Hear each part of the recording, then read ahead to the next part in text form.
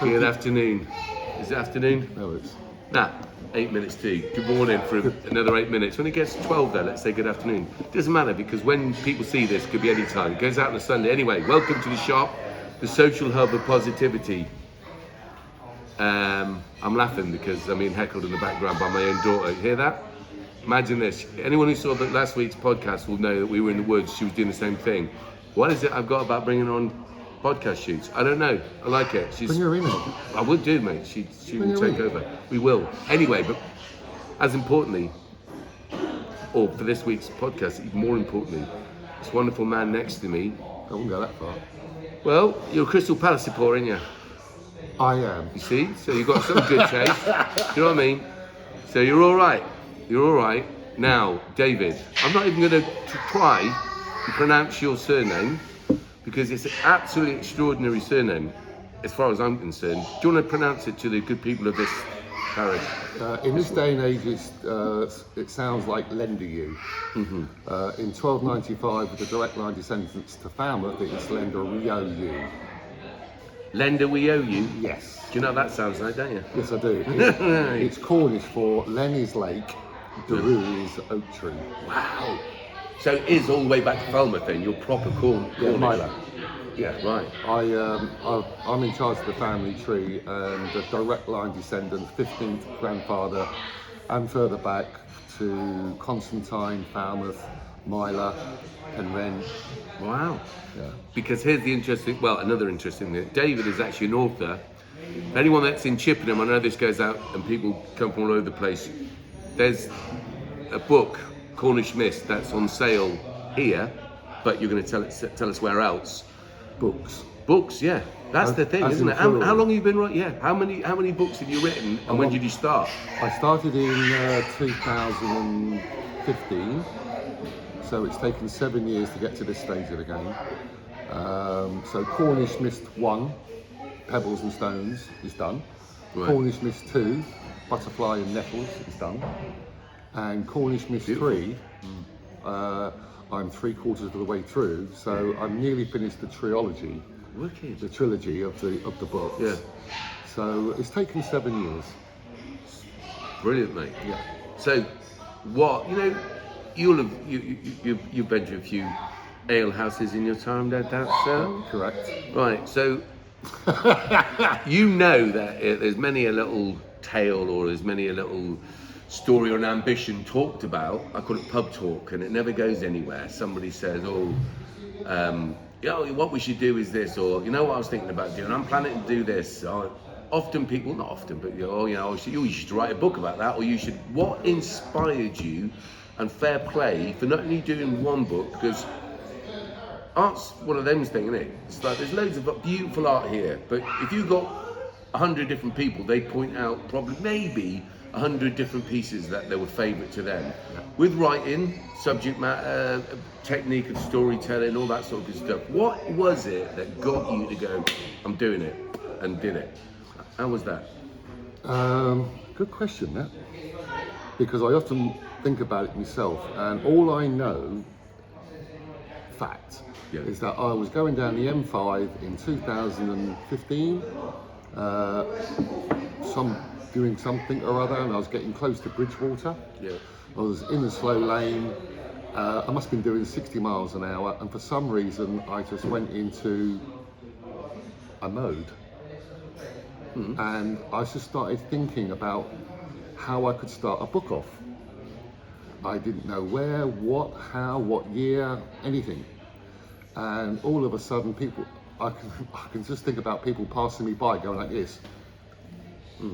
Is he all right? Because I was just in a mode.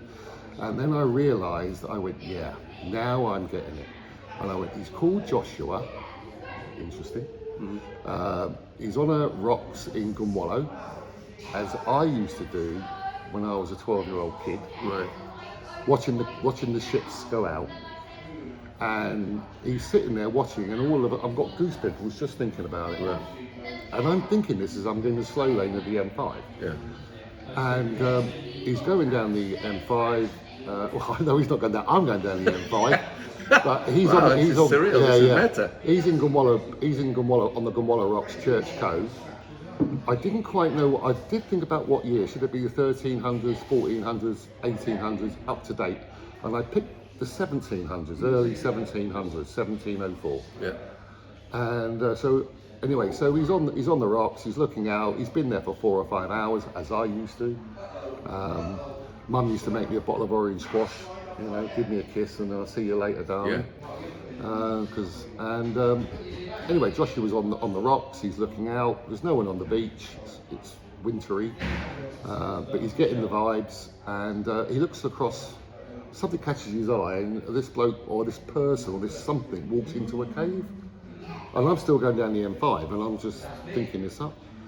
And he tries to act all, you know, hard, and he's not really interested. You know what I mean? He's looking out. He's got his little parrot. He keeps an eye on this little cave. Yeah. And a couple of hours go by, and this person, whoever's gone in the cave, hasn't come out the cave. And he's going, that can't be right. So I'm still going down the M5, and I'm going, yeah. And he waits another hour, and then curiosity gets the better of him. So he has to. So as he's walking across, he then thinks it could be a trap. There could be a trap. And he thinks about that and stops and goes, well, if someone goes in, then they've got to come out. Yeah. And after 3.5 hours, there must be a problem. So he goes into the cave bravely and says, hello, is anyone there? And I'm still going down the M5 now. And there's no answer. So, is anyone else in the car?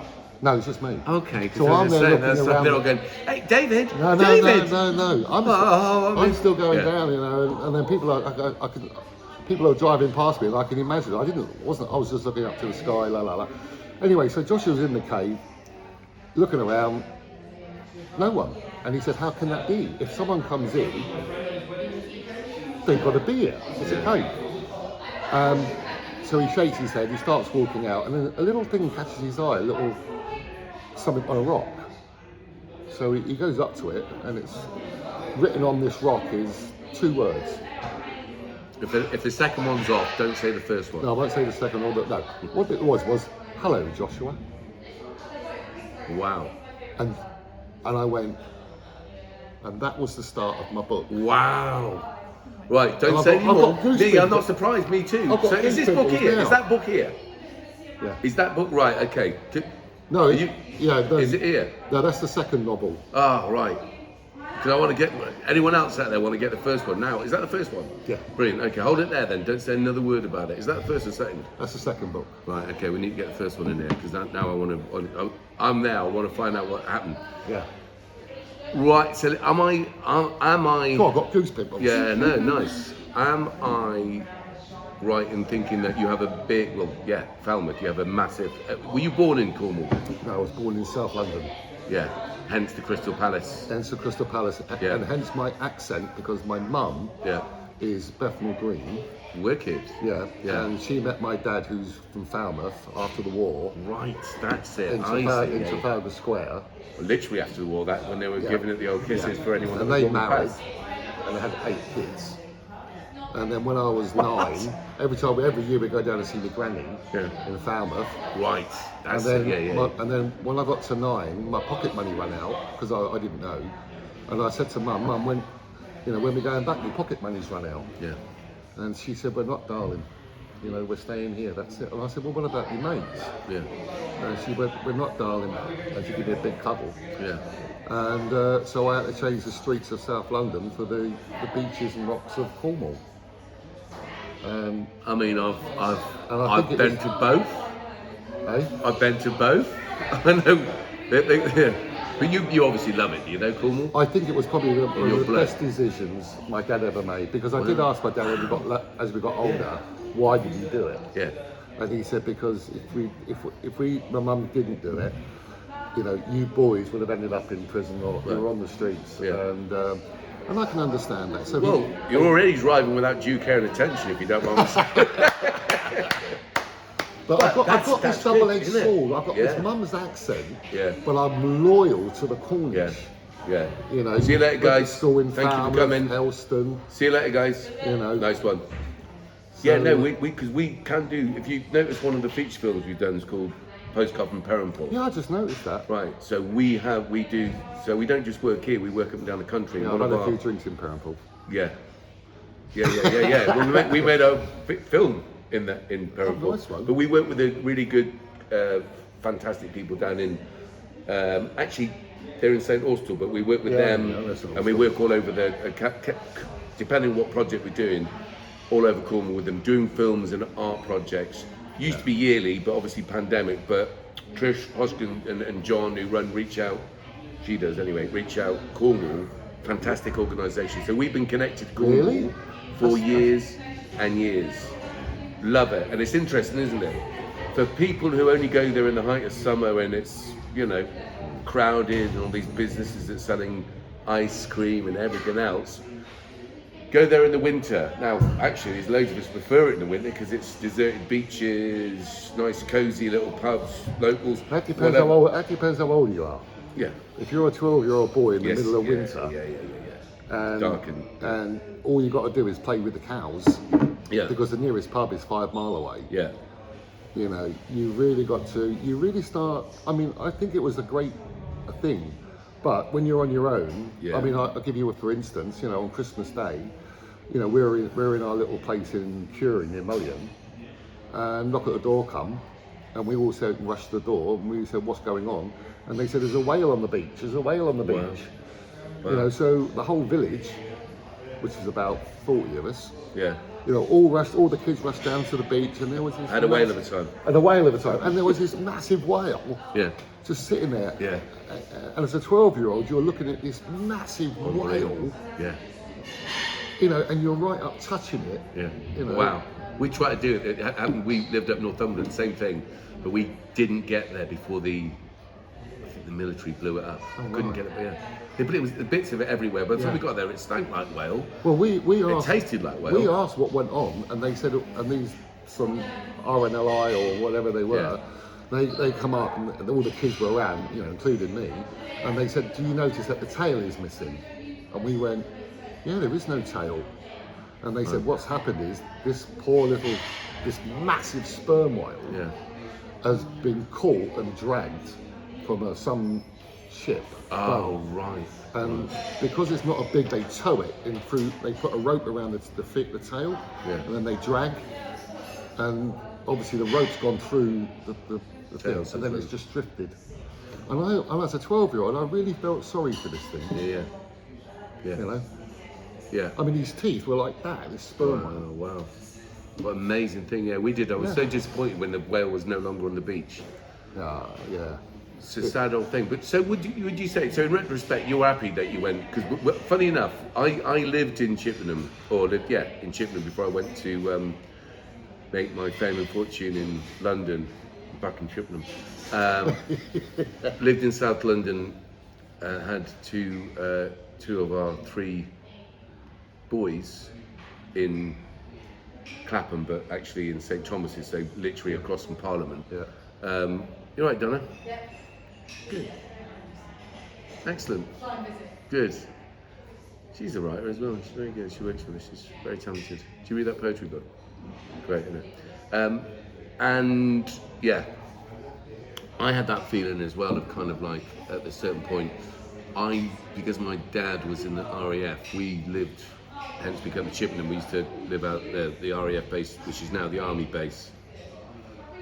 Talk about going downhill. Oh, stop it! How long was your dad in the RAF for? 35 years. So a Brill Cream boy. Yeah. I'm Army. Yeah. Well, you know what I'm talking about. Her dad's Army as well. You know. Is he Army? Yeah. Really? Yeah. Yeah, it was. But so you know, obviously, I know that there's like the Army. Yeah. I've been brought up the other way. No, you're Pongo. Just seriously. Brill Cream It boy. goes Army. Oh, he does. No, it's not. Navy. The Oldest service was the Navy. Navy. Yeah, I know, senior service. Senior service. Get on your nerves, don't they? Yeah. Yeah. They always go first on the parades. Yeah. Does our wedding. Yeah. Anyway, where were we? Where were we? Right, so yeah, we were always basically living in country things. So when I was in London, and 2 of the lads thought, I don't really know. They started going to school and think, I don't know about living in London. raising kids, as it were. So we moved back out here, and I'm glad we did. To be fair, we had the combination to get to London all the time. You know, work there, do all sorts of stuff. So we'll go anywhere in the world if we've got a good understanding of London, which is important. It's quite unique in its own way. It's isn't funny you say that, Ed, because every time I go back to London, and I used to work, you know, I used to do some business in London, and I like a drink. Yeah. You know, I go into the pubs, whether it be the Whitechapel around the East End or in London itself, doesn't really matter. You know, right in the centre, you know what I mean? Yeah. I can go in that pub and there is something about it or them. Whether it's the bricks, it's like going into an old Cornish pirate in the just imbued with their spirit. Yes, Yeah, I mean, yeah, that's yeah. not just Cornish. I can go into London and I can feel the same. Same, yeah. It's a different feel, but there is definitely a feeling within. I mean, they could be eating and everything like that, and that's no problem. But I've been every time I go back or do a bit of work and I'm staying the night there or whatever it is in the centre of London, I go into a pub. Doesn't really matter. I like the old pubs. I like the corner pubs. Yeah. And I just get this feeling with these bricks. It's not granite. Yeah. I don't know what brick it is, but I can sit there and I just know that it's a beautiful feeling. Yeah. Funny, isn't it? Isn't it? So, yeah. Because Reach Out Cornwall, we've done a podcast on it. Their new place is in one of the first, What's it called? 7 stars. Where to? In St. Because we used to own the 7 Stars in Helston in 1740. Wow. So funny enough, I say owned it. It's one of, what's the brewery? See you later. See you, You're darling. on about The St. Austell Brewery. St. Austell Brewery. So that was one of their first pubs. They've given it over to this, fair play to them, this community initiative. Pretty much like Can Do to a lot of degrees. Alternative education, really supportive of, it's beautiful. Because we went out, we've done a podcast, have a look and you see that in that place, they've got on the wall a whole history of all the different landlords and landladies since the first day they opened it. And it's that feeling. And you look at that, and I don't need to have the history of a place. I'm with you. I sort of go in and go, if you know there's some significance happening there, but even not, the idea that there's been some social interaction, some violent interaction. Apparently someone died in that place and they didn't tell anyone for 2 days because they wanted to. Normally happens. They were having a lock-in. It would normally happen in the latrines. I'm not surprised. Probably fell in and never got out. Yeah. You know, accidentally on purpose. Yeah. In the olden days. Yeah. Just so I'd mention it. Yeah. You know, and but no, we used to own the Red Lion in Lemon Street in Truro in the 1800s. We've done a lot of work in Truro as well. I just love people, mate. We're all over the place. We do stuff in London, Brixton. Did a load of stuff in North London in Queen's Crescent, which is ironic because there's a Queen's Crescent in Gittenham, But I remember the time, I don't know what it is, but I remember the time doing Penny for the Guy in the 60s. Outside the pub in South Croydon, sitting there with the little pram, with the guy, stuck with the guy, going, Penny for the Guy, mister, sir. Yeah. And they throw me a penny. Yeah. I remember us doing it one year and we never make it, so we put my brother in the We've thing. done that with my brother. Or was it my sister? You said that, yeah. So I think we put people Colin that, people that thought That's it was what we funny, did. give money, yeah. I say we put our brother in. He probably came up with the idea. He's like that, our Michael. Yeah. But that idea about. So that's. I'll give you an example about a pub, Yeah. Cornish pub. Yeah.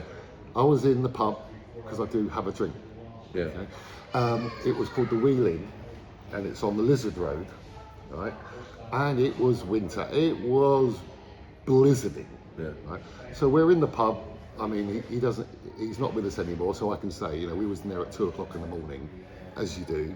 Because we've got Driving without due care and attention, drinking. But you had after to, hours. Ed. Arrest this Ed, man. you had to. You had to. Anyway, Keep the other people we're company. in, So I'd this never is dream of doing such a thing. We're in the middle of nowhere. This pub's in the middle of nowhere. The nearest house is a mile away. And anyway, so Mr. Not Rose there. I can't remember his surname. Oh, I'll get it. Come in a minute. Anyway, the two of them got up, the old boys. And they see you later then. See you later. All right, and we're still drinking. And they opened the door and we're coming.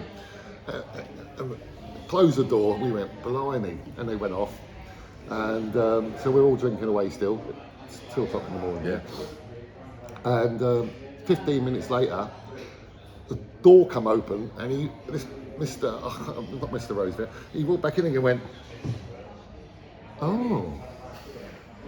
And what he'd done, he tried to walk home to Curie and decided to roll a fag, but because of the wind and the rain, he turned around like that, and then carried on walking, and then opened the door, and we all went, Literally, a similar thing happened in Northumberland in Alec, a lad between Alec and Allenmouth. So when did you leave? So when you were saying you're working, what did you end up doing as a profession, or was it? I went in the army. Right. And, what year was that? I went in 1972 at 15. Wow. Yeah. Really? Yeah, I skived off school in Gwelellis in Helston at 14. Yeah.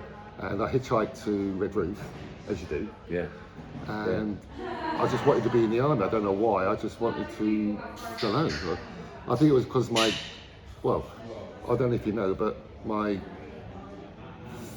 14th great granddad was a pikeman in the Cornish militia.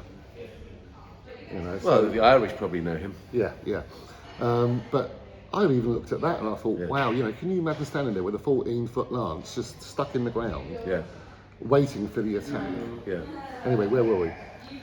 Well, no, you were in the army. Oh, so yeah. So you think that? Oh yeah, I skived off school. Yeah. And I hitchhiked down to Red Roof. Yeah. And I went into the Army Careers office and I opened the door, or I knocked on the door, and they opened it and they all started giggling. They said, "What do you want, boy?" I said, "I want to join the army. That's what I want." And they went, "How old are you?" And I went, 14. And they went, "Well, come back when you're 15." And they all started laughing and closed the door. And I said, "I will." And at 15, I went back, hitchhiked again, skived off school. Yeah. I went back and I said, "I'm 15." And they went, "Come on in." And I joined the junior leaders Right. Yeah. These them over in Bovington. They did have junior leaders out in Cologne. Don't know if they still do. So what trade did you do in the army? As main battle tank commander. Really? Yeah, youngest main battle tank commander in the British Army. So that wouldn't be chieftains then? And would guess it? what? Isn't it funny how we're saying that now? No one's asked me that. Well, yeah, but isn't it funny? Because do you know when I got my first command on a chieftain tank, my first main battle tank command as a Lance Corporal, Tango 31 Charlie. You joined in 72, I'd say 1977, during the Jubilee. Do you know what? Yeah. August. On the 7th of the 7th, 1977, I got my first command to command the chieftain tank past the Queen on her Silver Jubilee. That is bang on.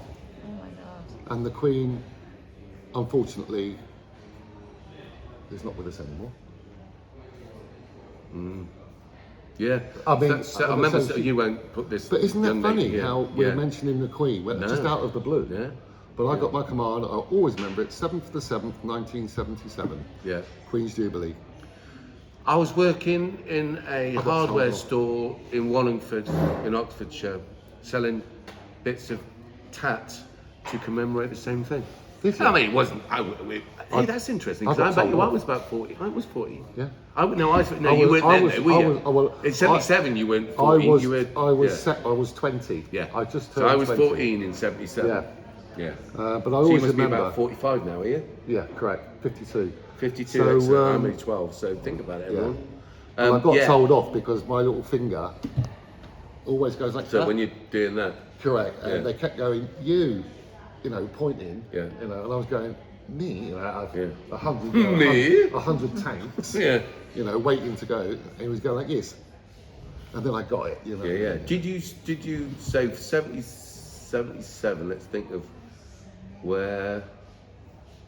Did you have to serve abroad, or did you get Germany and stuff? Yeah, done Europe? that. Yeah, that was in Germany. Yeah. So where were you in Rheindahlen or somewhere? No, like we was in Paderborn. Where were you in Germany? Out. Elmt. Where? You couldn't help yourself. You had to go there because Where? was there. Out. Where? Elmt, mate. That's just Don't I'm know not it. going to question there. I'm a It's gentleman. not. It's not there anymore. I think. What? It's disappeared off the map. An army base, you mean, it's not there. Yeah, yeah. There's loads because Ryan Darlin's now THQ in it. Or I don't know if it still is. Ryan Diamond's where the hospital was. Yeah, that's yeah. Do you know what I was in there for a week. Do you know what we did? Because the nurse used to come round every week. Yeah. Every 4 hours. Yeah. And so we was soldiers, isn't we? Yeah. So there's about 8 of us in the ward, and we'd hear her coming. You know what I mean? So we'd all get out of bed and do our press ups and jogs. You know, like, do press ups. And as we heard her coming in, we'd all get back to bed, and she would take our pulse. Yeah, really high. We'd all be pulse. rushing, la la la la la la la la, and our high temperature. Yeah. And then she'd go around the 8 beds and sort of like that, and because they had to take it and then put it on the end of the bed, you know. And then next 4 hours we hear her again, so we'll all be in the bed going deep breathing, and then she'll come in. It'll be like bump, bump, and all our records were like this. Just thought I'd mention it. Yeah. So did you have to fire a tank in anger? No, not in anger. Just for a laugh. How you then? look about No. it. Well, I don't know. You know. I mean, I tell you. Where were you stationed? Besides? All over. Yeah, go on then. So you say the place, and I'll say if it was in anger. Good competition. Cyprus, 74. Cyprus in 74. I was there. We left in so that's when the Turks invaded. Exactly right. So Makarios Yeah. had been ousted from power. Yeah. The Turks. We left we left on the 9th of August 1973. We left Nicosia. My dad was based in Yeah. Nicosia.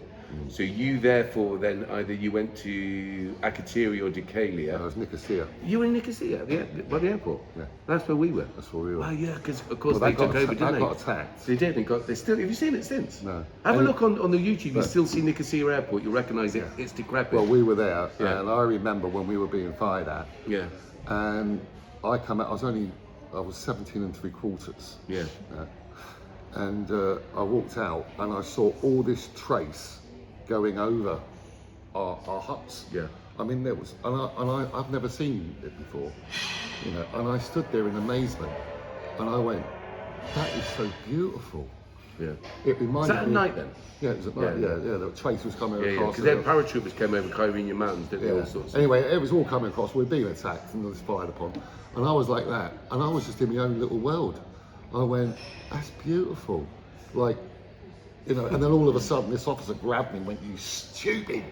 Yeah. And I was going, "That is beautiful," you know. Hey man. Yeah. I'm not doing it in a I could, uniform. yeah. But I do remember being crashed out in Berlin Yeah. when I think it was the Russians. They slightly moved a little bit. Yeah. And I'm not a political man because I was only young. Yeah. But obviously politics is politics, so that we had to move forward. Yeah. So that was sort of Yeah. worrying. Well, yeah. Third World War But I was in the scenario. Big Eden getting drunk because I Yeah. like to drink. Yeah. It's not me, Ed. Anyway. Someone's got to do, otherwise all those pubs go out. So when I got back to barracks, they said, "You stupid, what have you been doing? Where you get in the old tank and get out," and you know. So I was driving my Chieftain, and I went past the Big Eden, and I said to the commander, "I've just come out of there." Yeah. Anyway, and we had to stop around the Berlin Wall and everything like that. It's just, I now know it was politics. Yeah. You know. But what really upset me, again as a youngster, is that I heard the next day that 2 or 3 old ladies threw themselves off the apartment blocks and I went like that. I said, "Why?" And they said because they felt that the Russians were coming in. Oh my lord. Wow. Isn't that sad? Yeah, it is. That people It are feeling still like Yeah. that. Yeah. And again, you know, when you're a And they're youngster, still feeling it now. yeah. And when you're a youngster, Yeah. you know, I say youngster, you know. So fired in anger. Well, as I was yes and no. Yeah. I always like to have a cup of tea first. Yes. I say, you chaps, hold on. Yeah, correct. I'll have a cup of tea and then I'll be right with you. Because I've got to think about it, you see. Yeah, well, Oh, how long were you in the army for? 12 years. 12. And then when you left, what did you do? I got a job in a lovely company called Dictaphone Company Limited. So I wanted to become. I remember I was on Salisbury Plain and I was digging a trench with a gas mask on, and I said to my mate who was sitting on the top of the left-hand side of the chieftain tank front, having a fag with his gas mask like that, because he was skiving. And I said, Jimmy, do you think you can give me a hand? And he went, if I do or I don't, I still get paid the same wages. Ooh. And that registered with me. And so I dug the trench myself with water coming up here, you know, sweat. Yeah. And I said to myself, when I leave the army, I want to work on my own and be on my own and not reliant on anyone, and go for it myself. So I decided to try and become a professional salesman on the business side. Yeah. And I saw I didn't want to do anything like financial. I just wanted something I could, you know, be something tangible. Yeah. And then this company called Dictaphone was looking for people. Yeah. So I had an interview with them. I mean, my boss was called David Savage. I didn't have any sales experience, but he must have seen something in me that I was keen to learn. You know what I mean? I was 28 years of age, and so I was 10 years behind any civilian. Yeah. But I was keen to learn. And you were that discipline and they took me on. Wicked. And I still remember my first car, A314 LEA, was a Ford Escort they gave me. And where were you based then? Bristol. Right. Yeah. Right. So and then how far was your patch as it were? The patch was Cheltenham and Bath. Yeah. So I'd done extremely well. People were coming in from Dictaphone saying how was I doing things. And it wasn't because I was cleverer than them or whatever. It was just that I was getting up at 7 o'clock, getting me sandwiches, and then going out cold calling in the morning and being disciplined to do 10 cold calls in the morning, 10 cold calls and then writing everything down and being very sort of disciplined. Yeah. And that paid off. Yeah. You know. I suppose if you'd driven around in your chieftain tank, you probably got more orders. And commanded. Because I was a Lance Corporal, wasn't I? Yeah. Yeah. I got busted a couple of times. How many years did you do that till you retired then? No. Not that you're retired, because you're obviously a writer now, so you're not retired at all. No. I like to do inventions.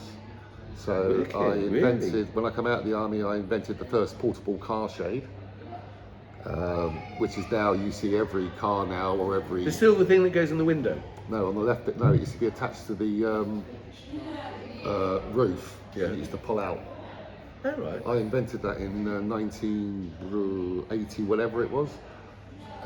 Describe it again then? Because I used to always think about sunshade when you're not in the car. There should be something to stop the sun coming thing, make everything hot, and then saw one inside. I wish I'd actually painted that. I was in Longleat once, and I was just driving down, and I saw all these people in the hot weather sitting in their cars with the door open, or they were sitting under the trees. And I said to myself, if I could develop something like on their car, which could pull out like a canopy. Like a canopy. Yeah, like a caravan does. Yeah. So, caravan it's normal now. Yeah. And I said, if I could do that for a car and attach it to there used to be like a rim on the roofs, 2 rims. Yeah. Little rain rims, weren't they? Yeah. Gutters almost. Yeah, that's it. Yeah. And so I invented that and took it to Helford's and all the other people and developed it and went into the engineering, got it all made. Yeah. And then later on I developed the first natural spring water system. Really? Yeah. Wow. Hold on a second, what are you saying? Hi. Yeah. Loads. Yeah, definitely. Thank you. Do you have to go back to Candu to get it? I don't know. Probably. Ask her, but probably. Yeah. Thank you for that. So if you look on Google, you'll see a thing called Quangoff, Quangoff. Yeah.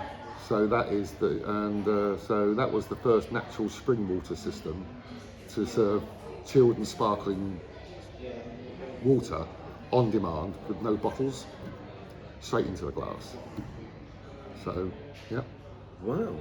That's brilliant. So when did you so what? Oh, You well, left the army first- after 12 years. You did the dictaphone. Then you. I went to the fruit and veg. Where was that? Coventry. Wow. Yeah. Well, how did that come about then? Well, when I was in dictaphone, I took on a few of my mates in the army, Yeah. and they thought I was making my own army up because I was now a manager now. Yeah.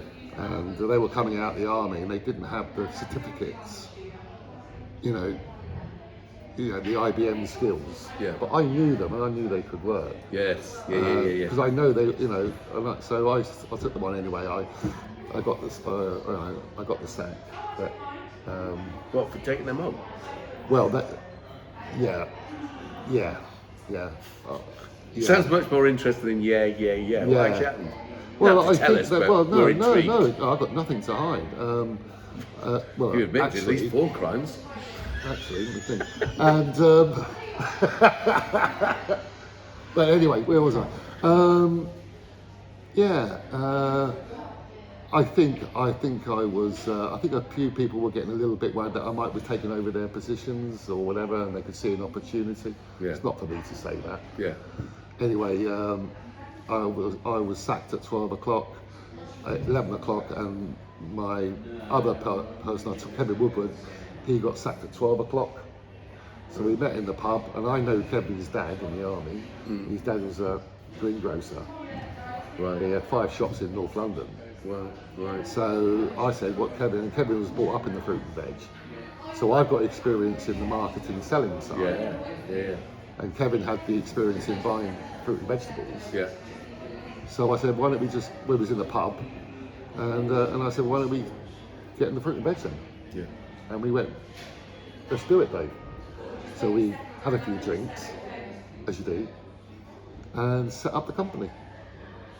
Well, we couldn't afford a I'd say van. that there's definitely a lot of people that have been in pub situations, have had a lot of drinks, start to discuss ideas, and nothing ever happens. That's what's interesting. What define not that life's a competition, because I don't think it is. It shouldn't be, certainly.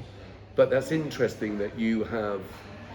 What do you think gave you the frame of mind to be able to just sort of take things up and go, no, I'm going to do that now?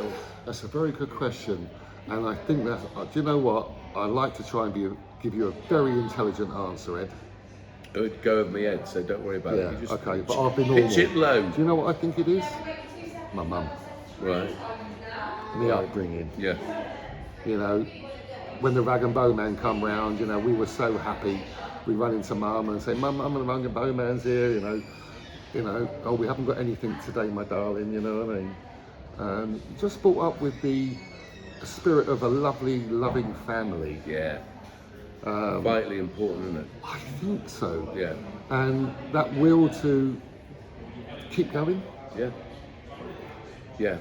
It's interesting because Do you know what I mean? yeah. I can't put we work in Candy. We work with cross section of people. We specialise in and focus a lot of our time and attention on particularly children in care, because it don't take rocket science to work out that if you feel that ability, and I did as well, that sort of sense of love and support, not financial because we didn't have any, Absolutely. but all about emotions and how you felt spiritually, if you want to say, or whatever, psychologically, all those bits that meant that you felt you could do anything. You didn't think you were better than anyone. But Absolutely. You know what I mean? You could do it. So in reverse, and I've worked in a few, used to work in this one prison doing projects, drama projects with a fantastic theatre company at the time, and worked out that lots of people, and through various people saying it, that lots of people that we come across, and we've done homeless projects, that lots of people who come through the care system, they just respected the care system, but it's about the emotional context of people. If they don't have the support that you had from a loving, caring mum, and supportive adult, it doesn't have to be a biological one, but that, you'll see in a minute, that's a big sort of challenge or a problem, in a sense, for a child to overcome. Yes, it is. So they haven't got that something to lean on, something to inspire them, something to the foundation. Excuse the language. You know, a kick up the backside. Yeah. Because sometimes it is as simple as that. Someone who cares enough about you to do and knows you well enough to give you the appropriate support, isn't it? Yeah. When it's needed. But the interesting thing as a guest, And this is like we've been going 24 years now. So Have you really? yeah. Started when I was 5. So we have we have come across loads of children. So I love the work of, and it goes unheralded, the work day to day, 365 days a year that social services and social workers do. You always hear it when it goes wrong, but no one ever, you don't hear people commentating. If everyone commentated every day and said, and today social services have done another brilliant job looking after all these young people they don't just work with young people, but who specialise in children, they would get more praise than, I get it when certain things go wrong and there's challenges, and of course that needs to be investigated, but people need to understand that the workload, the caseload of social workers has gone up and up. What's that about? That's not because of social services, is it? That we have a situation where more and more children need to be looked after. Well, if that's the case, then we need to look at the fundamentals of how we do that. We have a good success rate of that because all our practices is based on relationship anyway. So it's about care, appropriate care, not collusion, but appropriate care and support, and offering up opportunity that you would also offer to your own Do you children. know what? I've been listening to you now, Ed. I'm going to kill you. And when I found out you were Tottenham, I definitely No, would kill you. have they got a football team, have they? No, just started. Only last night. And I thought that was Arsenal up there area. Sorry, mate. No, Arsenal, they get battered. Everywhere Anyway, they go. Anyway, Arsenal get battered. I just listened to what you just said, and because I like to think about it, Yeah. what you were saying. And as you were talking, I like to get underneath when people talk to me because I like to work it out.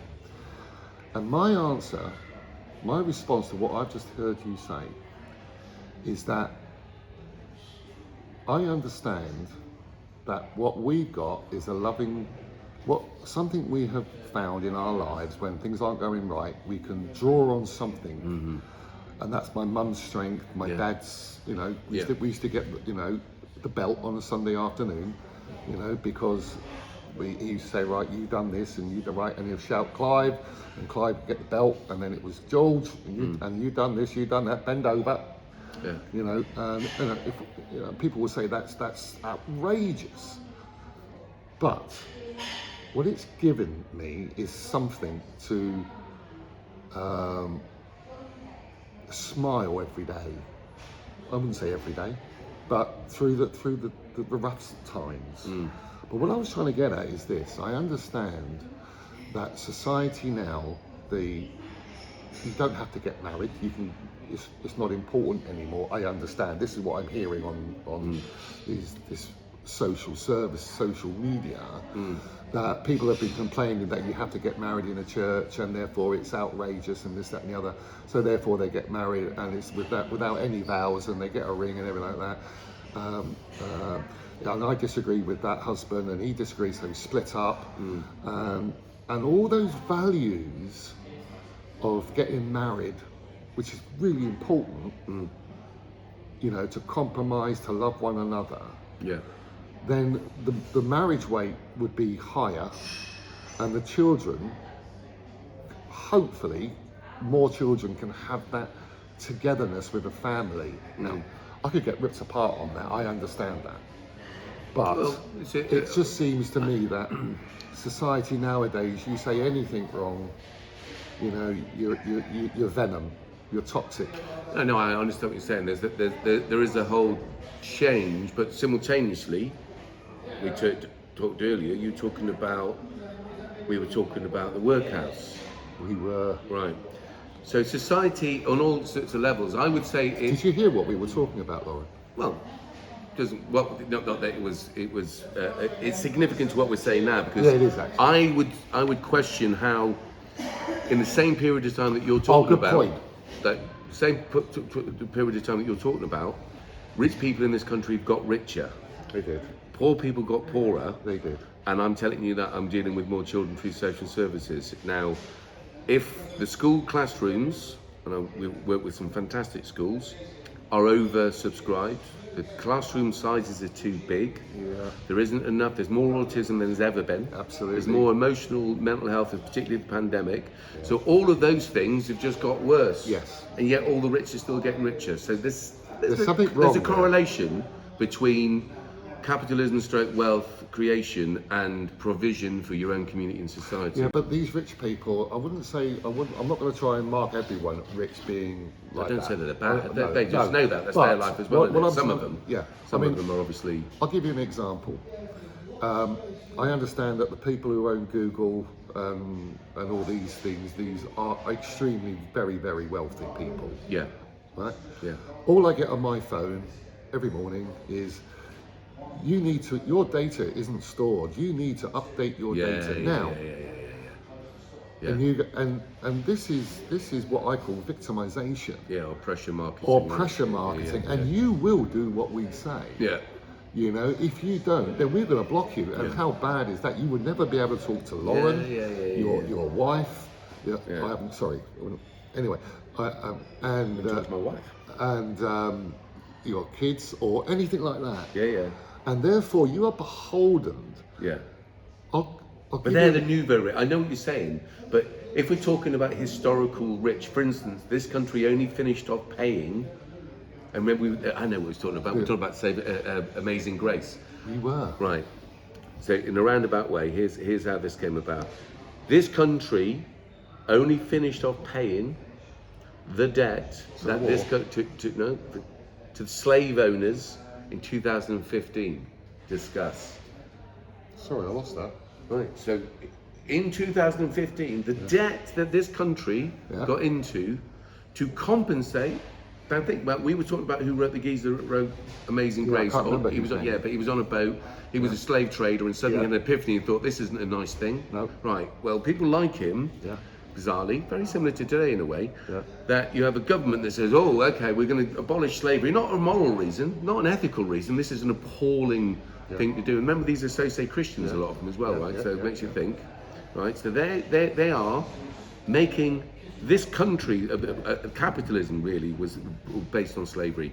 Big head start if you trace it, right? So they had all this money to stop them kidnapping people from another country and putting them into servitude and slavery in the tobacco and the sugar cane, all that good industries that came up in the Caribbean and in America. Yeah, but I've got to stop you there, Ed. Yeah. You know, you keep saying about the other countries, the Caribbean, the blacks and everything like that. You know, Versus slaves, everyone seems to forget Yeah. about what's happened in Scotland in the 1700s, in Ireland in the 1700s, 1500s. Yeah. You know, Well, the Irish got Cornwall. sent there as well, yeah. You know, Cornwall Yeah, in but the 1700s. absolutely, but- The London people. Yeah.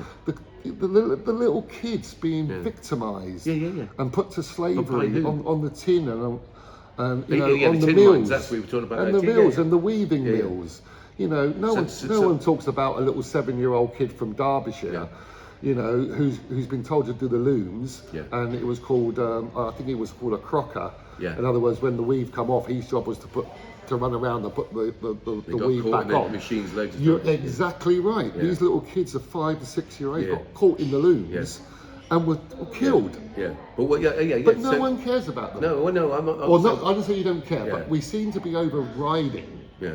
Oh no, But- I'm only talking about slaves because we're talking about Yeah, Amazing yeah. Grace. But these were slaves in our own country. Yeah. So we'll both agree then, don't we? Making people slaves isn't the right thing. No, it's not. Right. Okay. So I don't care where they've come from. Yeah. What I'm But saying I'm is, just isn't it trying funny to- they weren't compensated? I'm though? trying to expand the conversation. Well, I think you're right. We talked know. about poor houses, so we talked about generally We the were. underclass. We were talking about the underclass. I mean, I think I Which is me. mentioned, in the Yeah. late in the tin mines. 1700s. Yeah. You know, Selina Lendiu was in a tin mine in St Allen at Pennycombe Quick. Yeah. Nice name, that, isn't it? Isn't it? It's lovely. Yeah. In the honeycombs. Yeah. You know, her husband, John Lendiu, I think it was called John in the 1700s. Great name. He died in the mine, in St Allen. Now, rather than care for Selina and their little boy Edward, who was 4 or 5, Yeah. no, gone. You can't afford the cottage because your husband's dead. Yeah. Gone. Yeah. And hang on a minute, sorry, Yeah. No empathy. No. she support, tries to go yeah. back to Perrin Wordle, right, where she was from. Well, right then. Gone. No, you've been Yeah. over St Allen, you're gone. Yeah. And this is the parish. Yeah. Yeah. So what does she do? Well, I'm not talking about her, but other Lendius begging outside the Blue Anchor Yeah. on the streets. Where's the Blue Anchor? Helston. Why do I know that? I think Yeah. I've seen someone. Does that have a folk thing that goes on there? So nice. It's a Helston. No. Floral no, dance. I remember. No, a guy I met in a thing who had a. I'm sure it was Speedo. Blue Anchor. It was some sort of folk thing that had happened at the Blue Anchor. Yeah, probably. Yeah, they make It was their in own Cornwall. beer. It was in Exeter. Yeah, yeah. It was in Exeter. Oh, was he? No, he was in Exeter, but I remember the Blue Oh Anchor yeah, being Blue on his Anchor. T-shirt. Bottom of town. Right. Yeah. Be careful when you're drinking there, Nice. mate. That beer is strong. Good. I like to hear that. I don't waste my time. But what we were talking about, yeah. So across how the did we get onto that board, subject? because we went from Amazing Grace, and we're talking about Oh, opportunity, family, values. But you're talking about the church, which is particularly the English, the Catholic, and the I think one of the richest institutions in this country, owns so much land, so much wealth, and yet it does nothing for poor. It doesn't really. It could solve poverty. So some of the reasons why families, I guess, we have a society that doesn't value its community. It doesn't value enough, because otherwise we wouldn't have poverty, wouldn't have homelessness, would we? There's more people with second homes than there is homeless people. How is that? Well, you saying that, you know, I understand that they put a helicopter over at Nebogizzi one couple of years ago, last It's a year. great old place, isn't it? I love that place. Yeah, they put John. and they went over it at night in the winter, and there was hardly not one light on in all the cottages, and they say that because they're all second homes. Yeah. So Nebogizzi's central little Beautiful place is white. isn't it? Yeah. You know, But so- St. Oh, Ives, all of the places. St. Ives. It's- Yeah. yeah. Yeah. I mean, the thing about it is so easy. That's another. Again, that's another phrase I don't like to say. It is. I'll say it away. It is quite easy to throw stones at the wealthy and the rich. I ain't throwing no stones. No, I know don't you agree ain't. with Ireland. But I just want to be a little bit more reserved, Yeah. because You do that. I'll yeah, keep, you carry I'll on. keep Ed. hammering. You carry on. But I just wanted to be a little bit more reserved, because Yeah. there are some rich people, Yeah. I know like some J.K. people. Rowling, who Yeah, I've yeah. got a lot of time for. Again, it's nouveau rich. I'm not talking about people Oh, who are made you? money from recently from these things. I'm talking about Who have old worked money. for it. Yeah, I'm talking about people who Yeah, work for like- it. That doesn't mean to say that they should buy second homes or they should have slaves. But what I'm saying is, Yeah. there's been for generations old money, church money thing that with all that, if I had that money, there wouldn't be homeless people. Trust me. Yeah. I'd still live in the same house I live in now, but there wouldn't be any homeless people. Because our priorities are wrong. It's like, you have all that wealth, Yeah. and you did that with it, you've got to be kidding. Anyway, But then you've got to be careful, Ed. oh, I won't be careful. No, but you've got to I be careful, refuse. because if you Spot do Tottenham. give that to someone, Yeah. and you know, I'm on a double-edged sword here. Yeah. If you do give someone, like, have this property, and then 25 kids come in who have been violent on the streets, Yeah. they're like that. They'll just say, do you know what, mate? I can be violent on the streets, I can nick, I can steal, I can do what I want, and guess what? I've got a nice house, I don't pay nothing. Yeah, I'm talking about And you see- but you generational see what I- shift. Yeah, I know we are. I'm talking about over a kid. If we, for instance, if here's with all the money we've got in this country, we shouldn't have to be paying for towards cancer research by selling old tat in shops, or hospices, or the air ambulance. They're so important that we should be, or help for heroes. We shouldn't be having charities out of the public being taxed in another way, of their conscience being taxed for the air. We all want the air ambulance. It's a brilliant thing. We want one, don't we? So let's have it out of our common tax. But do you know something? And let's have all the rich paying the tax so we can afford it. Yeah, I agree. I do. But yeah, but on the other side of the coin, if you're going to tax the rich, there's other countries in the world who are taxing less. So all they do is move the limited company to Yeah. And Sri Lanka. I say, when you do that, you will no longer be allowed in this country. Oh well, that's You see, now we're talking. talking. Now we're talking. Yeah. See, Take the rich somewhere else. Take your money if you want, but if you've inherited it, you can't have it. But you know, my system. daughter was in hospital. She's in the hospital, and I went, you know, and it seemed to me that the hospital's all over the place. Yeah. There was none of this regimental looking after patients, you know, on a certain period and talking and this, that, and the other. All that seems to be gone. And people are walking in and, you know, well, these are your tablets. Oh, no, I need to take 20 millimeters. Oh, yeah, sorry, I'll come back. And I'm looking at, and I'm watching and I'm looking going, it's all over the place. And I just think it needs more discipline up in the management side, rather than pay them, 455,000, for to become a director of a trust. And they've got second homes, third homes, fourth homes, and they have a meeting like it's a corporate. Yeah. But nothing's happening downstairs.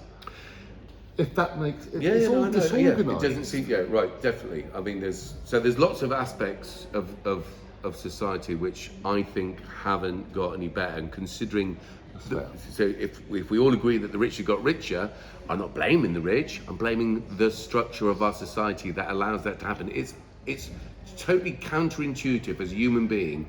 We know we need shelter, we know we need air, we know we need water, we know things, and yet we don't provide it. I know. I see where you're coming from now. Do you know what I mean? So what they want is another driver, rather than be rich as the main driver. That's it.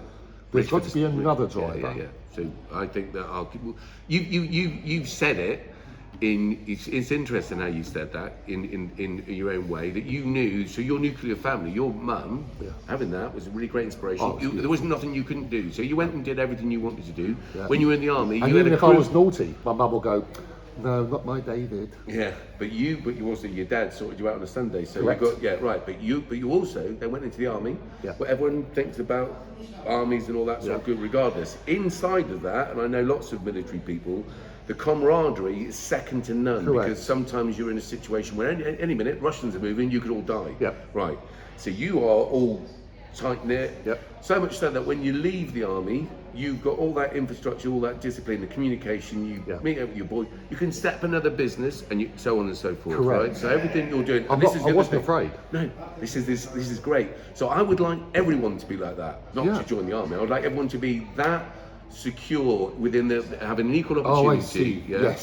So that everyone, so you didn't have to worry about the people on the streets causing crime, because I work with those in prison. And I'm going, well, wait a minute. I'm saying to them, regardless of your reasons, this society appears to want to spend more money catching you and putting you away, like the American capital system, which is basically a capitalist thing that creates more prisoners. So if you've got shares in prisons, of course you want prisons. Do you know what I mean? Privatised over here, isn't it? Is it? Yeah. I didn't know that. Yeah. It's a G4. Oh my God! Here we go. Oh yeah. So basically, it's absurd. We know that privatisation doesn't work. Look at the railways. Look at all those the gas, the electricity. But if I could say, what I would like to say for the young uns and the don't be afraid. Failure is not a failure. No. Failure is success. The way I see it, that you've had a go. Yeah.